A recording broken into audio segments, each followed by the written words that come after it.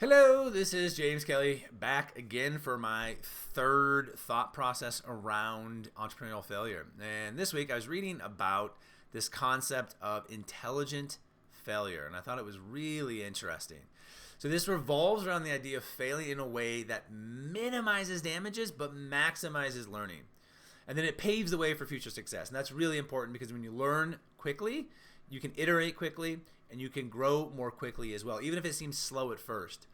So for entrepreneurs, embracing this intelligent failure means approaching risk strategically and viewing the setbacks as opportunity for improvement. Often as a first-time entrepreneur, every failure in that process, and there will be many of them, feels monumental to you.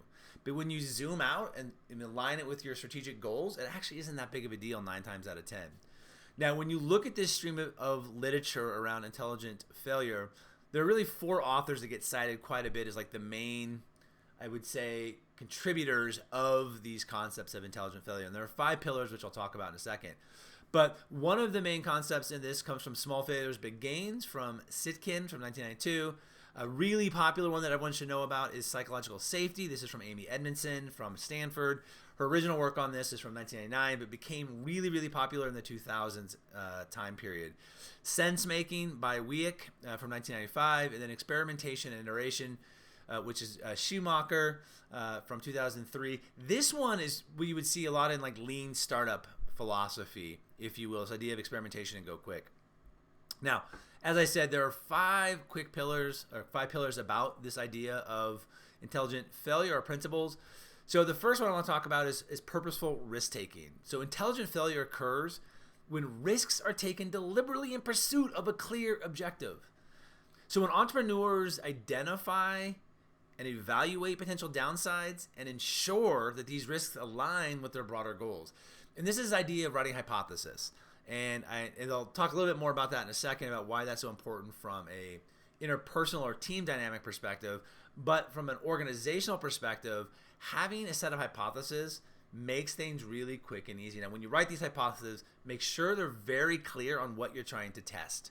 What is that hypothesis you want to test? If you don't make it clear and you make it kind of muddy, so for example, maybe a hypothesis you have is this product will make people happy. Well, what does that mean?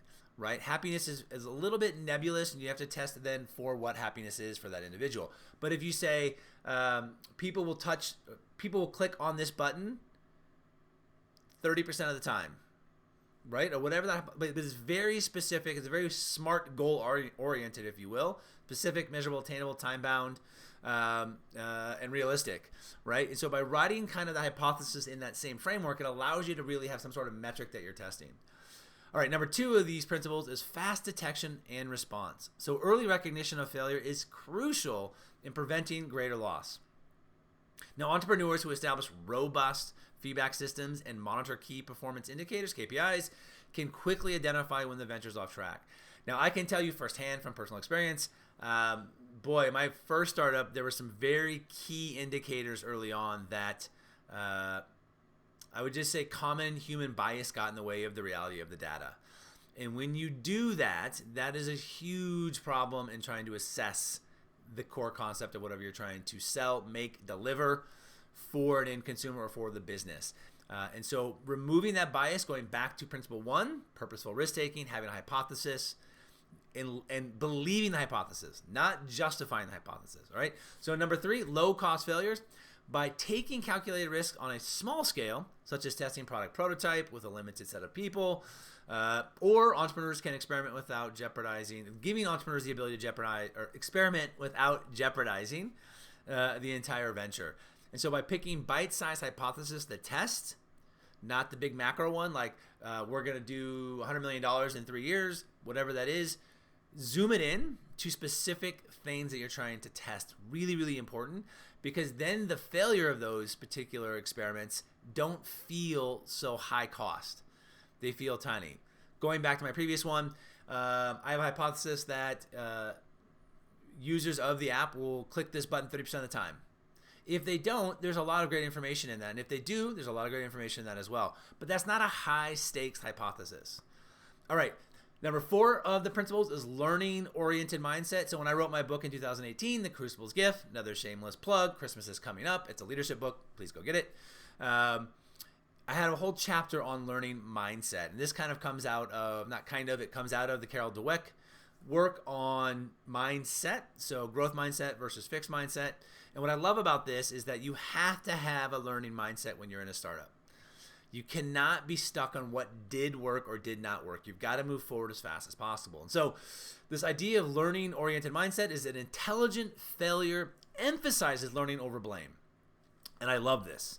I love this so much in the way they're framing this, because entrepreneurs should extract insights from failure to refine their strategies and make better decisions in the future. I've experienced when an individual inside an organization makes a decision, not a hypothesis, we are going to do X, and it fails, the blame, the fingers are pointed. But I've also experienced that when, as a group, you create a hypothesis, I may not agree with the hypothesis, but someone may actually have a hypothesis.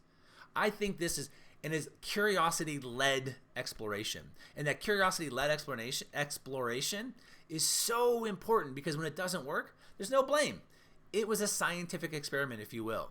And what's great about that is that there's learning out the back of that, and it keeps a cohesive group together to say, hey, this thing we tested, we didn't know, we found out the truth in that particular example with a particular sample set, so forth and so on. So really important, number 4 there, learning-oriented mindset. Now, number 5 of this 5 sets of principles of intelligent failure is prevention and repeated mistakes. And so this is really challenging for some people, and some people are really good at this.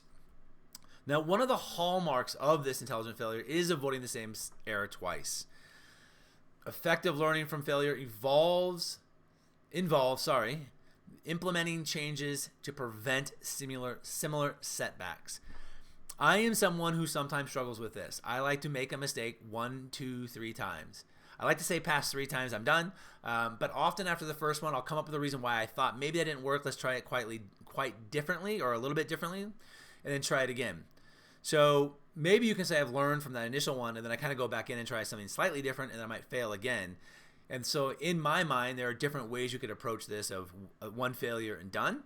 I kind of think that sometimes you might have a failure. There could be some external reasons why that didn't work. So I would go back in and try to change some of those variables. May not work again. Now, if I go back in a 3rd and 4th time, then boy, I've got a real problem on my hands for myself individually. So that is, in a nutshell, this whole idea of intelligent failure. Again, a lot of this comes out of the idea of lean startup. You know, being lean, being quick, being nimble, setting hypothesis. But I love that in the literature it's called intelligent failure. I think it's such a great way to frame it versus just failure. So, all right, have a great week, everyone, and I hope you had an awesome Thanksgiving if you are in America.